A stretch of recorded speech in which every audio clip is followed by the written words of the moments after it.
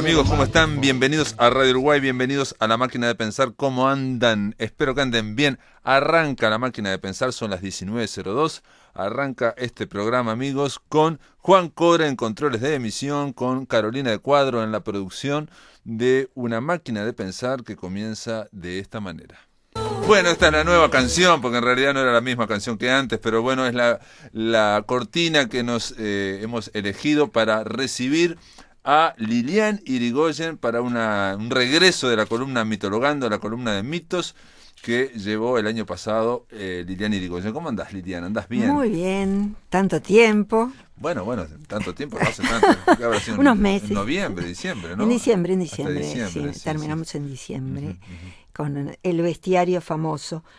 Y bueno, y retomamos el bestiario con otras bestias que siempre la mitología nos regala, todos esos animales fabulosos. En este caso anunciaste que ibas a abordar otra arista o otro aspecto de un monstruo que es terrible y que no es una especie de enigma.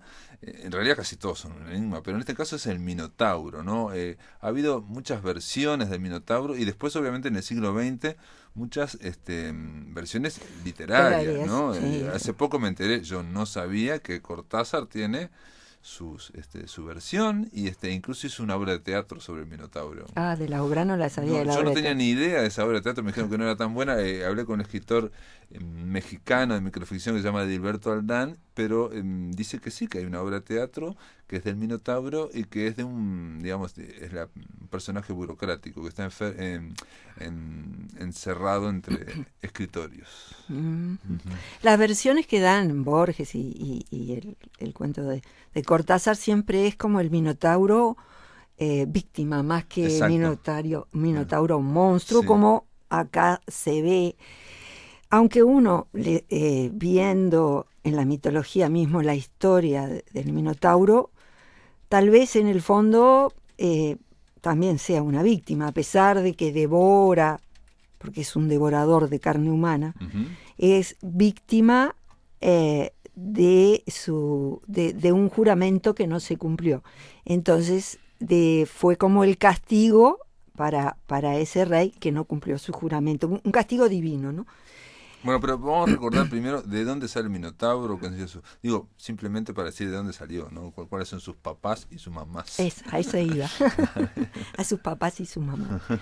Bueno, el Minotauro dicen que es hijo de una mujer, Pasífae, de una reina, la reina que estaba casada con el rey Minos, y bueno, y de un toro, ¿no? El toro en la civilización cretense es un animal que tiene una impronta muy poderosa. El Minotauro es un hombre toro. Es un hombre toro, sí. Generalmente se lo representa, ¿no? Generalmente como un hombre de cabeza de toro y cuerpo robusto y monstruoso y grande. De humano, digamos, el cuerpo humano y la cabeza de... Aunque también hay otros que han planteado al revés, digamos, ¿no? Pero, digamos, lo general siempre es, como decís vos, es la cabeza de toro y el cuerpo humano. Digamos. Humano, pero muy grande, muy poderoso, muy fuerte. Y bueno, esta Pasífae, por eso decía que es fruto de un juramento que no cumplió el que sería su padrastro. Dicen que Minos, que quería reinar en Creta, que es hijo de Europa y Zeus. Europa y Zeus, ¿no? Sí. Es interesantísimo Europa, a pesar que Europa es una princesa que fue secuestrada por Zeus con forma de toro, sí. Por eso vamos viendo, ¿no? Y esta Europa que fue raptada en Sidón, algunas versiones, o en Tiro, ¿no? En Fenicia. O sea, ahí tenemos, eso que te decía hoy temprano, migraciones, porque esta Europa que vino de Sidón o de Tiro, que es en Fenicia, sí. Que es en el Líbano. Sí, en el cercano oriente. Ahí digamos, está, ¿qué podemos decir? En el Nuevo Testamento también está el Tiro, Sidón, están, digamos, Canaán. Canaán, sí, es Canaán. Ese es Canaán, no sabía que era Canaán. Fenicio, los griegos lo llamaron fenicios, perdón, porque por una cuestión fonética, porque deriva del color púrpura, que era tan famosa, la palabra fenicia, ¿no? Deriva de púrpura, que era los tintes de Sidón, Sidón y Tiro eran famosísimos para las telas, para los tejidos, las telas, por eso. Sí. De ahí viene. Bueno, de ahí vino a Europa. Algunos inclusive dicen que su padre era Fénix, el epónimo, o sea, el que le dio el nombre a la tierra de Fenicia.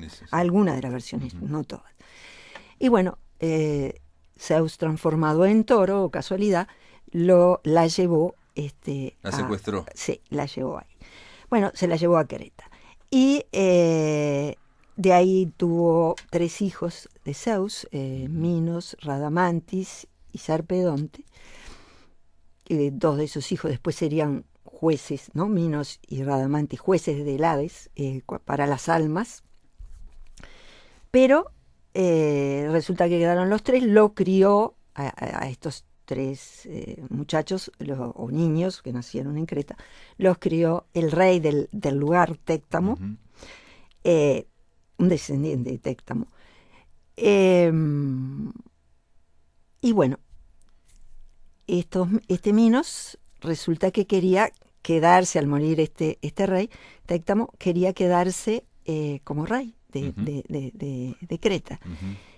Y para sobreponerse a los otros 2 hermanos, dijo que los dioses lo favorecían a él, y por lo tanto rezó a Poseidón para que le cumpliera el deseo que él pidiera, que era una manera de dar a entender como que los dioses lo favorecían. Claro. Entonces él pidió por un toro blanquísimo que surgiera del mar, y surgió ese toro blanquísimo del mar.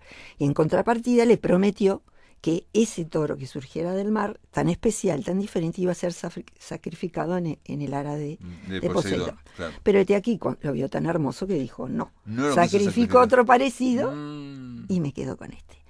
Y bueno, fue lo que hizo. Poseidón se dio cuenta. Claro, no era tan fácil pasarse distraído con los dioses.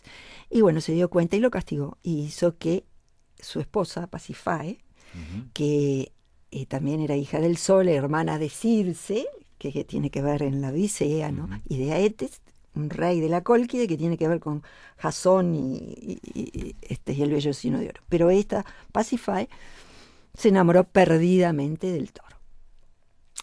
Y buscó al famosísimo Dédalo, el ingeniero y arquitecto arquitecto y artesano Dédalo, que después construiría el laberinto famoso, y le dio forma, y construyó un artilugio con forma de vaca.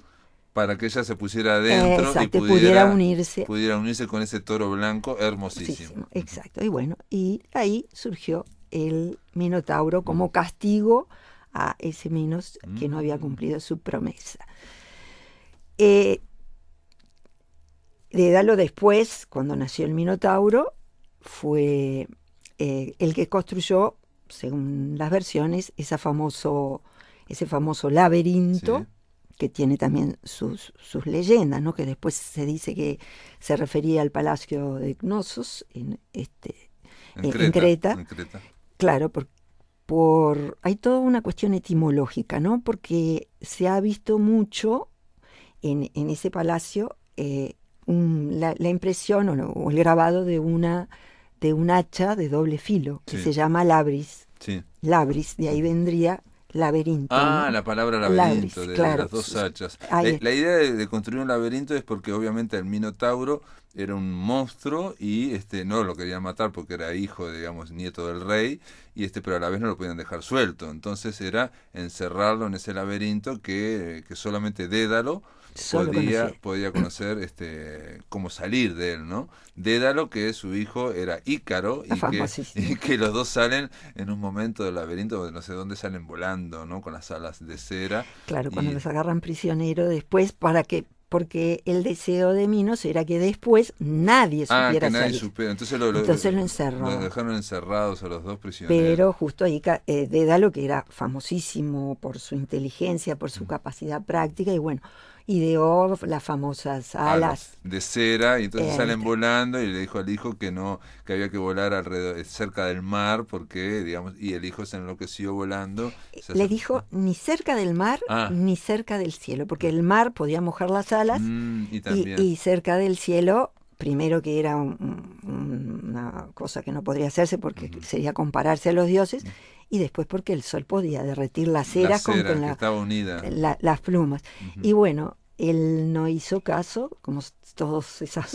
Se derritieron las alas y cayó al mar, que después tomó su nombre, ¿no? Mar Icario se llamaba, cuando cayó Ícaro ahí. Bueno. Pero bueno, esa es otra parte. Igual Dédalo pudo escapar, dicen que Minos después lo persiguió intentando castigarlo. Lo persiguió hasta Sicilia, y fue en Sicilia donde dicen algunas versiones que murió murió Minos en una trampa que le hizo un rey en el que se había a un reino donde se había refugiado Dédalo, el rey Cócalo. Pero bueno, eso es el constructor de ese laberinto, que dicen que es un símbolo solar, algunos, ¿no? La labris, esa famosa hacha de doble filo. Algunos dicen que es un símbolo lunar, que es interesante también, porque dicen que tiene que ver la parte cóncava o convexa, como se mire el hacha, ¿no? De doble filo, sería la luna menguante, la luna creciente, o la luna llena, si miráramos las dos juntas. Esas también son una de las versiones. Bueno, el hecho es que este jovencito fue encerrado ahí porque jovencito que parece que de entrada era grande y devoraba personas, y bueno, se lo encerró en el famoso laberinto, y el rey Minos, aprovechando un altercado que tuvieron con Atenas, ahí se mete otra ciudad poderosísima también, Atenas. Dicen que un hijo del Androgeo, un hijo de Minos, había ido a competir en las Panateneas, en los juegos que se realizaban en Atenas. Y como ganaba todos los juegos, dicen que fue por un ardid asesinado, ¿no? En uno de los juegos. Entonces Minos, furioso, fue a vengarse hacia Atenas, parece que acorraló a Atenas, y bueno, finalmente Atenas se rindió, vino la peste, etcétera, se rindió.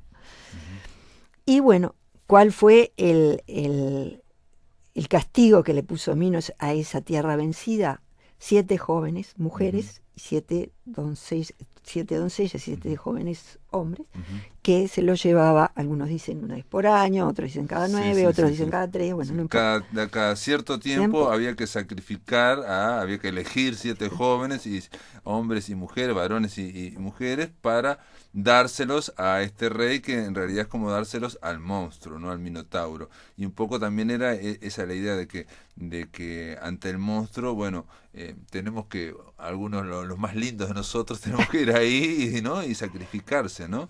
Y es porque el monstruo ese se alimentaba, Minotauro, de carne humana. Carne humana. Y bueno, eso sucedió por varios años, algunos dicen 18, otros dicen, no sé, 3 periodos. Bueno, el asunto es que después el que iría ahí sería Teseo, el que finalmente lo mataría, ¿no? Teseo, el hijo de Egeo, del rey de Atenas. Pero bueno, Minos, mientras tanto, consiguió estar tranquilo, teniendo tranquilo al Minotauro sin andar matando gente de su tierra, ¿no? Pero bueno, el tema es que es algo simbólico. Cada año o cada cambio de no sé qué, de un ciclo, hay que entregar al Minotauro ese sacrificio humano, digamos, ¿no? En un momento de esplendor, ¿no? De Creta. En un momento de esplendor. De riqueza, sí. Y como que no sé, no sé qué simboliza, pero es algo oculto que hay que, en ese esplendor tienen que sacrificar así hasta que viene un guerrero y bueno, gracias a Ariadna, en fin, que Teseo se mete en el laberinto con un hilo rojo, el hilo de Ariadna. También, como decía, ahí podemos ver una cosa interesante, ¿no? Cómo la civilización, no sé, o Atenas en algún momento va a imponerse sobre Creta, ¿no? Porque la civilización minoica es una civilización de las primeras que se formaron ahí. Minoica, que es micénica, ¿no es? No. En la micénica sería más bien, entraría en lo que sería la civilización heládica de la parte de la Hélade. Pero la civilización es... minoica es la de Creta, entonces. Es la de Creta. Perfecto. Tenemos la cicládica, que es la de las Cícladas, ¿no? Las circulares, alrededor cicládica, viene de ciclo, que es círculo, que tiene que ver alrededor de Delos, la isla donde nació Apolo, por eso se llama así.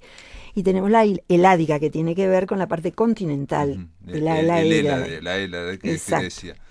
Pero de las más poderosas, Minos, la civilización minoica, o sea, Minos, el padrastro, digamos, del Minotauro, es el que le dio el nombre a toda la civilización. Se dicen inclusive que se decía Minos todos los reyes se llamaban. Hay perfecto. Una teoría que dice eso. Todos los reyes, así como se les llamaba faraones a los egipcios, bueno, Minos serían eso. Y en Creta había, digamos, fue una civilización muy fuerte, comercialmente, fuertísima. Dominó. Una talasocracia era.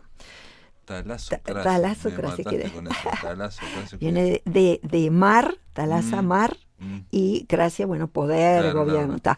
Era una civilización que se basaba en su poderío sobre el mar, porque las rutas comerciales estaban ahí en el medio y dominaban todo el Mediterráneo. Una flota marítima poderosísima. Mucha plata, pero no sabían qué hacer con el Minotauro. Tenían un monstruo ahí en el medio, en el centro del laberinto, y como vos decís, está la versión de Borges, que lo pone como un Minotauro triste, y él se inspiró en un cuadro que se puede ver en Wikipedia, se llama Minotauro, que es el Minotauro de Watts, pintado en el siglo XIX, ¿no? Donde el Minotauro, no sé si lo conoces, está como triste, digamos, porque está encerrado, ¿no? En ese laberinto. Entonces está asomado a la azotea, digamos, de su laberinto, mirando así para afuera, ¿no? Entonces está de espaldas el Minotauro.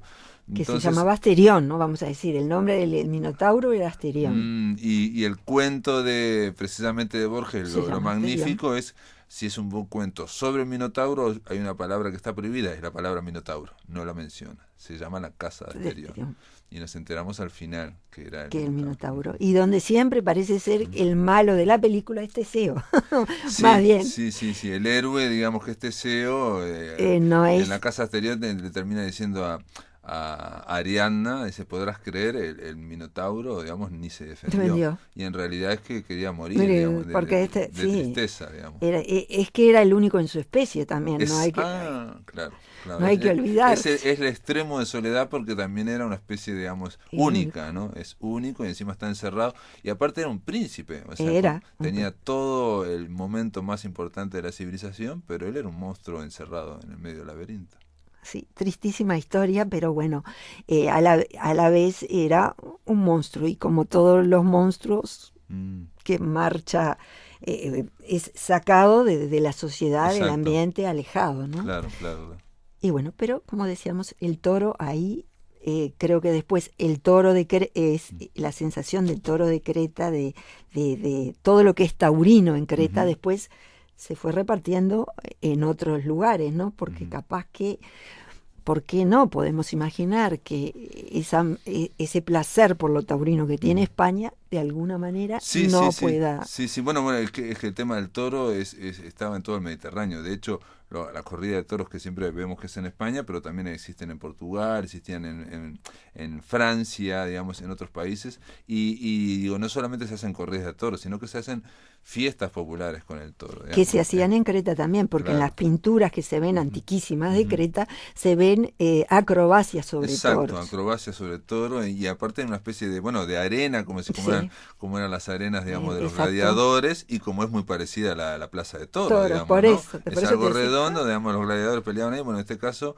en Creta y en otros lugares se hacían cosas todo con el toro, ¿no? Como que, y aparte el toro es la virilidad y la fecundidad también, ¿no? Claro. El ganado, ¿no? Sí, ¿no? sí, sí. En este caso. Algunos, por eso digo que en algunos tiene hasta una simbología solar, pero vaya a saber, vaya a saber. Y bueno, no sé, obviamente Minotauro da para muchísimo más, ¿no? Da para muchísimo más. Y la idea de lo monstruoso, la idea también de que en el fondo lo monstruoso a nosotros los normales, entre muchas comillas, como decís vos, no los queremos ver, ¿no? Y entonces lo escondemos en exacto. lo más recóndito. Y inclusive la fantasía lleva a pensar que lo monstruoso es monstruoso en sus actitudes y come a lo humano, ¿no? Carne humana. O sea, hay todo como un imaginario muy interesante. Sin embargo, en el caso de Borges o Cortázar, los escritores cuando hablaron de eso le dan una gran sensibilidad a ese monstruo, que está solo, y una gran tristeza,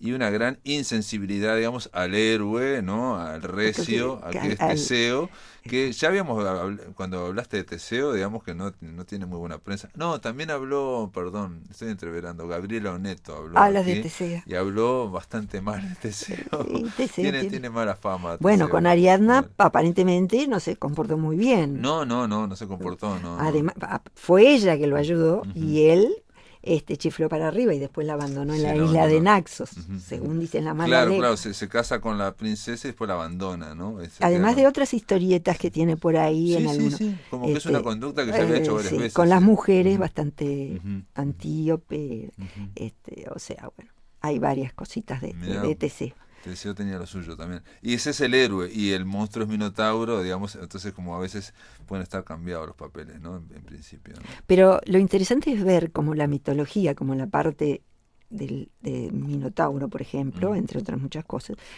ha calado tan hondo que hasta en la actualidad todavía se siguen escribiendo obras maestras, porque el caso de Borges y Cortázar son obras excelentes.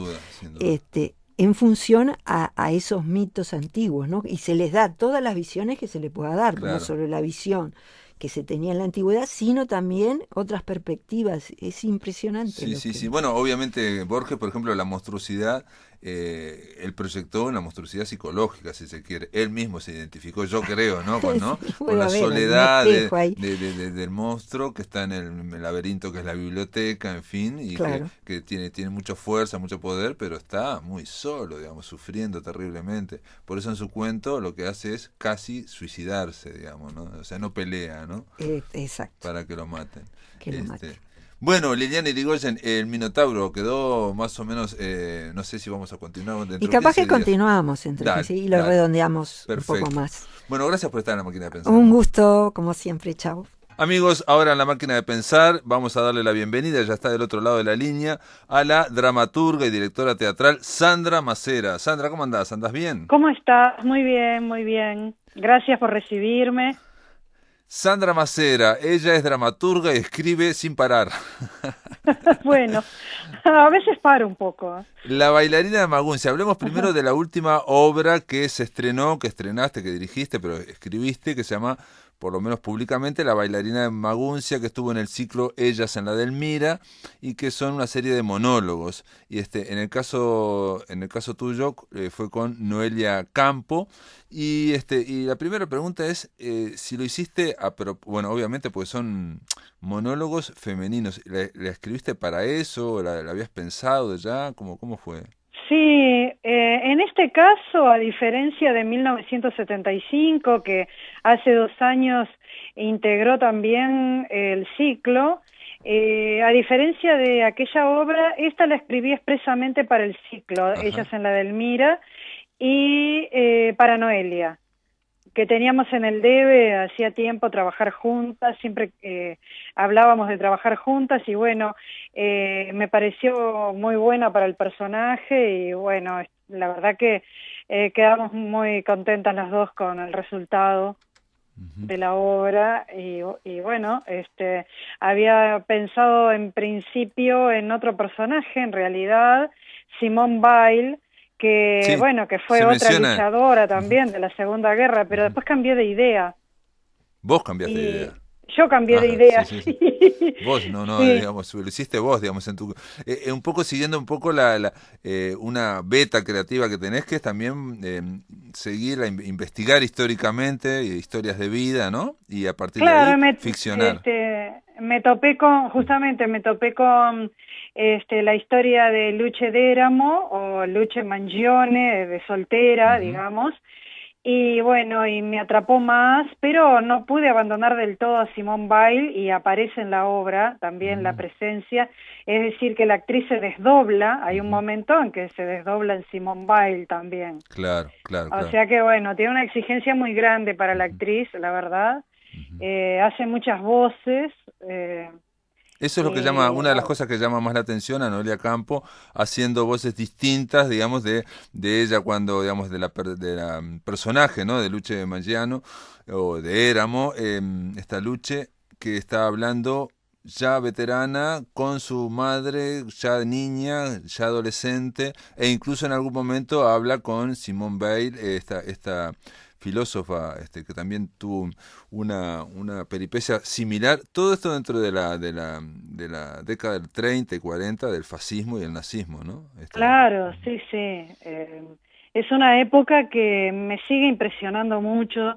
Bueno, he escrito, como saben, sobre Ana Frank, Claro. dos obras de teatro inspiradas en la vida de Ana Frank, y en donde también aparece Peter Gins, que Mm, fue un chico de 16 años que fue asesinado en las cámaras de gas, ujú, y que tiene un diario también que se ujú. descubrió hace relativamente poco.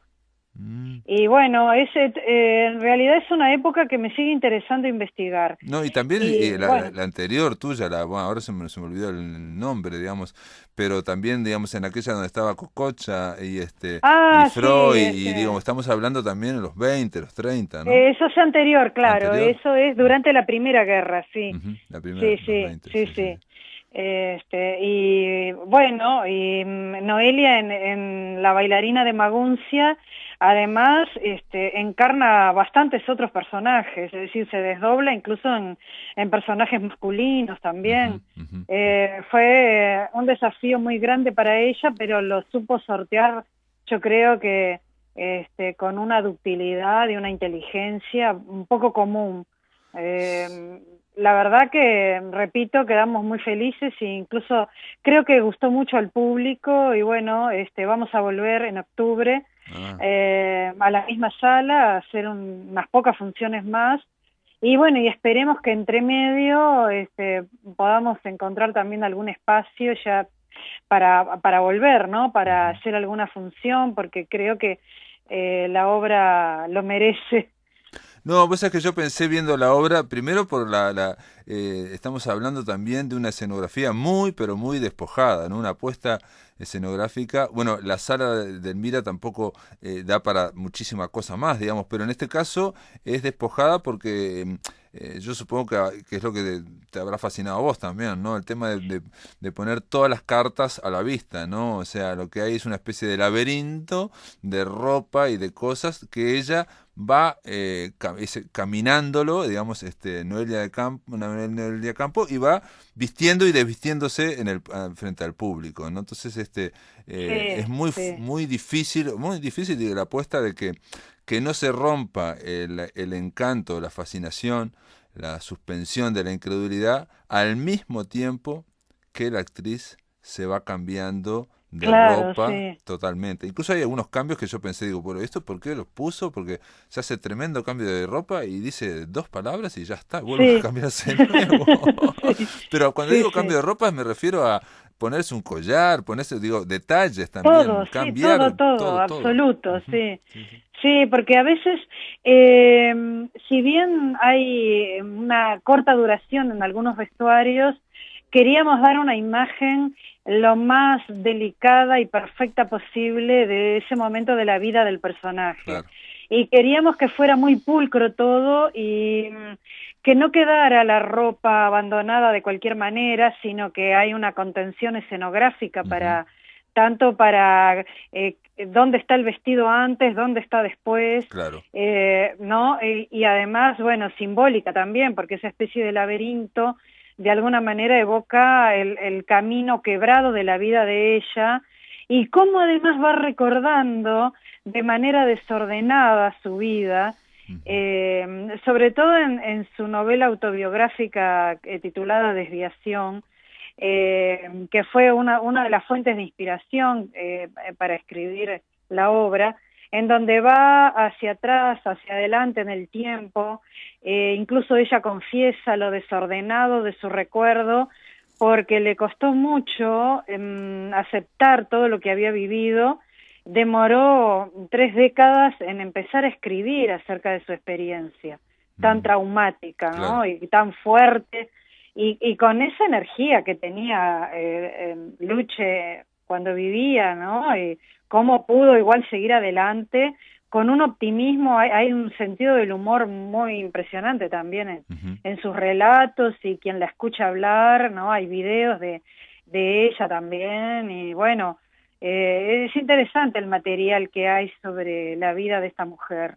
Lo que me llamó un poco la atención es que, digamos, es una escritora que se va forjando, digamos, es una, digamos, ella viene de la clase alta, italiana, de una casa muy fascista, de jerarca fascista, su padre un jerarca fascista, y sin embargo ella, bueno, se huye a Alemania, quiere conocer cómo trabaja la gente en las fábricas y después cómo están en los campos de trabajo alemanes, en fin, una serie de cosas, y asistimos por un lado a la peripecia vital de ella que va avanzando en ese laberinto digamos, de trapos que uno ve como espectador, los ve un laberinto de trapos. Resulta que cada uno tiene que ver con la vestimenta, con los zapatos, insisto, con muchas cosas que se va, con gorros, con sombreros, con una serie de cosas que ella va cambiando para hablar de esa peripecia.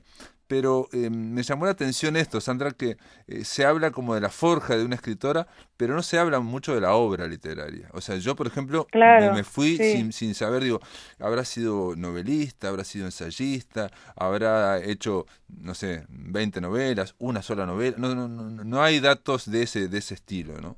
Claro, porque nos tuvimos que concentrar en algunas partes de la vida de ella, sobre todo del año que ella participó en el último año de la guerra.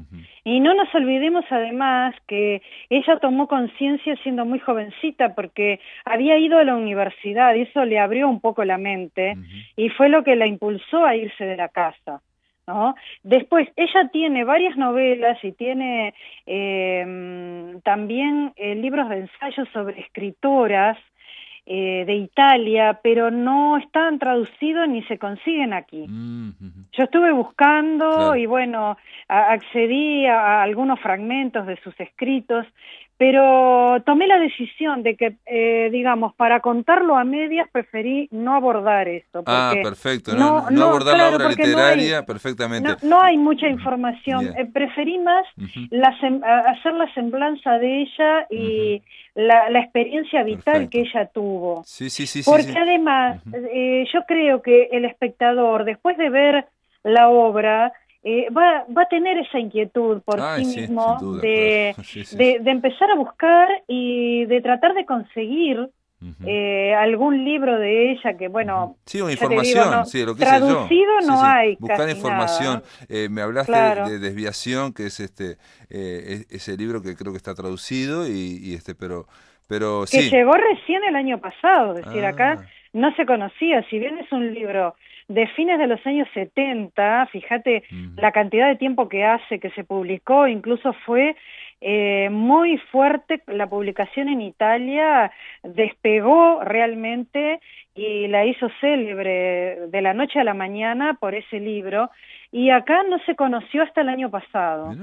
Mirá vos. Sí. Aparte, entre otras cosas, cuenta lo que es trabajar en un campo de concentración y lo que es hacer una huelga en un campo de concentración. Algo eso me pareció mucho más vital. Muy sorprendente. Claro, eso me pareció mucho más vital de pronto y más cercano a todos, que de pronto, bueno, dar datos acerca de su escritura que, digamos que eso, bueno, lo podemos buscar, cada espectador de pronto puede en su intimidad acercarse a la obra escrita de Luce. Una vez que se despierta, es justamente, ¿no?, esa fascinación por la personalidad, por la vida de esa mujer, por las vivencias íntimas, por todo lo que le pasó. Fue una decisión a propósito, ¿no? No quedarme a medias, además también, claro, el tiempo acotado de la escena, uno tiene que elegir mucho. Hay algunos episodios que ella cuenta de su vida que son increíbles y que no están en la obra de teatro, como por ejemplo cuando quiso suicidarse y tomó veneno de más y eso la salvó, porque la hizo vomitar, que si hubiera tomado la mitad se moría a las 2 horas. ¿Y por qué se quiso suicidar? Porque se sentía que le hacían bullying en la fábrica, porque la consideraban una niña bien y no la terminaban de aceptar como una luchadora obrera como ella quería ser. Y es tan jovencita en ese momento, tenía 18 años, que tiene ese impulso de tomar veneno. O sea, son cosas fuertísimas que le pasan. Hay no sé cuántas cosas que relata que no están en la obra de teatro. Yo cuando vi la obra, lo que pensé es que también en la convulsión de los años 30 y 40, en Europa, digamos, fue tremendo y que hay historias increíbles que desafían todo, digamos, el tema de los campos de concentración, porque tenemos ideas a veces muy estáticas de esas represiones brutales y sin embargo había vida y había muchas cosas, muchas contradicciones. En el programa de la bailarina de Maguncia eligieron para retratarla a Luce Mangione, esta italiana escritora, esta frase que tiene que ver con Italia y tiene que ver con lo que es la Iglesia Católica y la idea, digamos, la vieja idea de comprar, digamos, dispensas papales para salvarse. Y lo que dice Luce Mangione está haciendo una referencia a eso, pero en realidad está hablando de su tiempo y dice: al menos hay una cosa que no he sufrido entre tantos altibajos y doy gracias por este don del cielo. Nunca me he comprado una buena conciencia social con las 4 monedas de una etiqueta ideológica, como en el pasado se compraban las indulgencias para ir al paraíso a bajo coste. Vamos a hacer una pausa. Es brillante, ¿no? La frase es impresionante porque Europa estaba atravesada por grandes corrientes ideológicas impresionantes también, ¿no? Digamos, claro. De índole totalitaria, autoritaria, digamos, una cosa impresionante. Vamos a hacer una pausa, Sandra, espérame en línea y después de la pausa continuamos hablando con Sandra Macera, directora y dramaturga teatral, sobre, o en este caso, una obra de su autoría que también se viene ahora por la Comedia Nacional. Amigos, continuamos en La Máquina de Pensar, estamos conversando vía telefónica con la dramaturga y directora teatral Sandra Macera. Estábamos conversando en el bloque anterior sobre la bailarina de Maguncia, la vida de Luce Mangione, es una escritora italiana y con un espléndido trabajo de actoral increíble de Noelia Campo, que hay que decir 2 cosas antes de pasar al otro tema. La primera es que yo he ido al ciclo de la Delmira, que se llama, ¿cómo se llama? Ellas en la Delmira, y lo que me sorprendió es la cantidad de gente que había, ¿no? O sea, tuve que hacer cola afuera y me llamó mucho la atención y bueno, alguien me dijo, no, lo que pasa es que también Noelia Campo atrae por su, digamos, proyección en la televisión, ¿no? Realmente vi a la gente fascinada y lleno completo, ¿no? Y la otra cosa que te quería comentar, Sandra, es que la obra con esa escenografía tan austera o despojada, da la sensación de que se podría llevar al interior del país, digo, ¿no? Yo pensé en Paysandú, en Salto, en otros, digamos, en el Teatro Jun de Fray Bentos también, digo, en distintos lugares que conozco de teatro, realmente sería fácil llevarle. Yo creo que es una obra que vale la pena que la vean. Sí, bueno, esa es la idea, ¿no? Incluso estamos esperando respuesta de San José, claro, pensamos que la vamos a poder llevar en principio a San José, porque sí, realmente la propuesta del Solís con respecto al ciclo es de austeridad porque, claro, la sala no permite colgar escenografía, tiene que ser austero. Y bueno, nosotros respetamos eso y tratamos de hacer un trabajo delicado, igual atrayente, y creo que se puede lograr. Es decir, para hacer teatro que de repente le guste al público, que para comunicarnos no se necesitan necesariamente grandes despliegues, No, ¿no? de acuerdo. Siempre fuimos bastante austeros por un tema económico también, y al final, bueno, el gusto se nos fue puliendo hacia ese lugar. Sí, bueno, también en tu caso, claro, en el caso de Sandra Macera, Teatro del Umbral, también hay como una apuesta también a una cuestión despojada o de no necesariamente buscar, lo hemos conversado otras veces, ¿no? Digamos, de no ruir, digamos, no buscar la naturalidad, el naturalismo, digamos, de alguna forma, ¿no? Sino hacer una propuesta teatral de un teatro donde se vea que se está haciendo teatro, ¿no? Sí. Eso lo hemos conversado varias Sí. veces y es como una característica Sí. tuya y de Teatro del Umbral. Bueno, y ahora hay una noticia que es que se estrena, en realidad ya se estrenó Armarios, ¿no? Armarios, sí. Armarios es bien diferente a La bailarina de Maguncia porque es una comedia, aunque es una comedia peculiar porque, bueno, no es, digamos, una comedia de un humor naturalista tampoco, sino que Perdón, ¿y tiene, cuándo la bueno, otros escribiste? planos, claro, tiene otros planos de significados y, Esto es, bueno. digamos, una obra escrita por Sandra Macera, que está dirigida por María Mendive y la estrena en la Sala Muniz, va viernes, sábado, 21:30 y los domingos 18 horas. Perdón que te haya interrumpido, Sandra, pero quería decir simplemente que eso, viernes y sábado 21:30, domingos 18 horas, la obra es escrita por Sandra Macera, pero digamos la realización tiene que ver con la Comedia Nacional. Entonces mi primera pregunta que tendría que haberte hecho es, ¿cuándo escribiste esta obra? ¿De cuándo, de qué época es? Es del año pasado. Ah, del año pasado. Sí. Impresionante. A ver, no, fines del 17, Bueno, cerca. porque, claro, me acuerdo que creo que fue en abril o mayo que se entregaron los premios de Cofonte, y bueno, el texto obtuvo una de las menciones en el 18. Sí, a fines del 17 fue por ahí, en el año 2017. Y la verdad que bueno, fue una alegría que a la comedia, que la comedia me llamara para llevar a escena la obra, y también que María Mendive fuera la directora. Creo que es un trabajo alucinante, logró una puesta en escena increíble. Me fui muy feliz ya desde los ensayos que fui a ver. Y bueno, el día del estreno también fue un precioso estreno, el sábado pasado. Y bueno, la verdad que nos gustaría transmitir esto a la audiencia y que vayan a verla. Es una El comedia, trabajo Armarios, actoral. la vida salida del ¿Hola? closet. La vida Sí. salida del closet. Sí, de alguna manera es la visión de personas que parecen comunes y corrientes, pero que en su aspecto físico no lo son. Y porque lo que quise transmitir fue como una especie de visión lúdica, juguetona, pero también desencantada de cómo nos comportamos en sociedad y de los temas de que hablamos cuando no tenemos tema. Ajá. ¿No?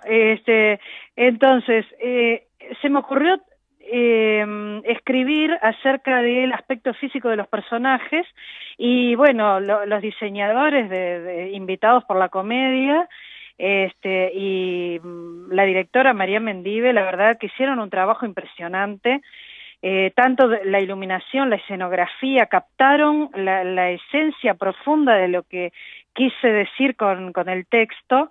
Bueno, ni que hablar, las actuaciones me fascinaron, hay que sacarse el sombrero realmente. con todos los actores, incluso con los actores jóvenes invitados que estuvieron a la altura. O sea, yo la verdad me quedé muy feliz. Y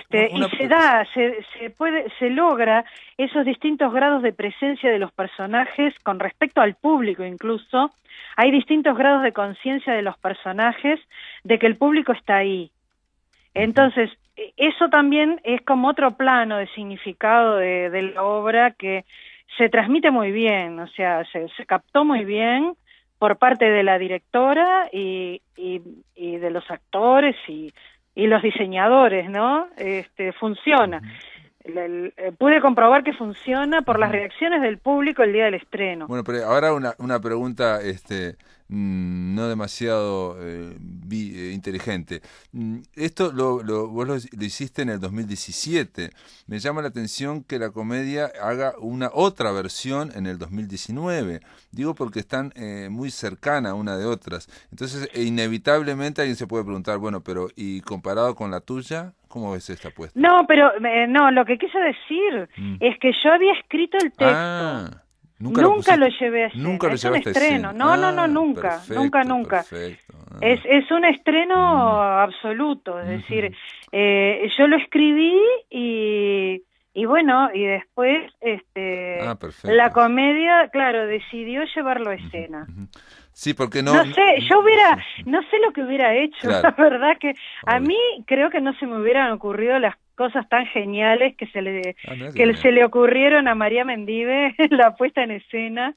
Es fascinante eso, ¿no? Cuando hay otro director que hace tus obras, está genial, porque uno aprende muchísimo, ¿no? No, y aparte, digo, me imagino yo, vos como dramaturga, uno escribís como el 50%, el otro 50% como es la interpretación, ¿no? O sea, la apuesta y los actores, las actrices, la dirección, ¿no? Sí, y cómo la escenógrafa planteó, ¿no? Lucía Tyler, la escenógrafa, que trabajó de una manera interesantísima, cómo comprendió la esencia espacial de la obra, realmente, ¿no? ¿Ves? A mí me asombró mucho, no porque no conociera la calidad artística de Lucía, sino porque ver llevado a las tres dimensiones esa idea que estaba en el papel, la verdad que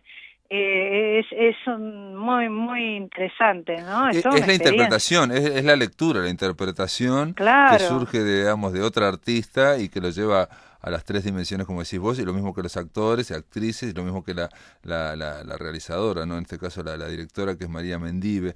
El elenco es Juan Antonio Sarabí, Alejandra Wolf, Natalia Chiarelli, Cristina Machado, Lucio Hernández, en fin, y bueno... Lucía Sommer, Pilar Ciganda, Pablo Barraillón y Pilar Ciganda es actriz invitada y Franco Pisano es un actor joven invitado también, ¿no? Sí. Bueno, nada, simplemente decirles e invitarlos que esto va viernes y sábados a las 21:30 horas en la sala Zabala Muniz, ahí del Teatro Solís, y los domingos a las 18 horas. Y nada, me alegro. En teatro una vez escuché que decían que el mejor dramaturgo es el dramaturgo muerto, cuando hay que poner una obra, ¿no? Hacer una interpretación, cambiarla, en fin, como uno no, pero hacerlo. Yo no, yo los dejé tranquilos. Perfecto, claro. Yo creo que lo mejor que puede hacer un dramaturgo vivo es callarse la boca. Claro. Exacto, y dejar trabajar. Exacto. Sí, no, ya lo sabés, claro. Por supuesto que tuve un par de instancias de que compartí con María Mendive opiniones, ¿no? Y cómo había surgido la idea y bueno, pero después yo creo, ¿no? Por lo menos es mi idea. En el plano constructivo, claro. Uno tiene que dejarlo trabajar al director. Claro. ¿No? Para eso, si no la das la obra. Exacto. Si vas a estar molestando, interrumpiendo, metiendo la cuchara, criticando. Bueno, pero ¿y te reíste cuando la viste la obra? Entonces, bueno. Ay, me maté de la risa, sí, la verdad. Genial. Sí, me impresioné, la verdad. Ya desde el primer ensayo que fui, no podía creer. Impresionante. A partir de 2 o 3 ideas le dieron un vuelo un ritmo.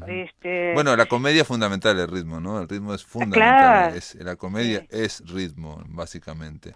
Sandra, sí, claro, es muy difícil además la comedia, es muy difícil, buena comedia. Es muy difícil, es muy difícil, sí, es sí. muy difícil. La comedia es eso, es ritmo y como química. Bueno, pero esas dos palabras no quieren decir muchas cosas. Sandra Macera, ¿y es la primera vez que la Comedia Nacional hacía algo tuyo o no? Sí, es la primera vez. Mirá vos. Es la primera vez. Muy bien, sí. Entonces felicitaciones, que la Comedia Nacional también lleve un texto tuyo, estrene, tiene que ver con la trayectoria y con muchas cosas de desarrollo teatral. Sandra Macera, gracias por estar acá en La Máquina de Pensar. Gracias a todos y bueno, y nos estamos viendo. Amigos, se terminó La Máquina de Pensar. Mañana nos van a visitar Elisa Pérez Bukeli y May Puchet. Las dos son curadoras de la exposición que se llama Intersticio, que va en el Centro Cultural de España. Mañana hablaremos con ellas dos durante todo el programa. Esto es todo, amigos, que lo pasen muy bien.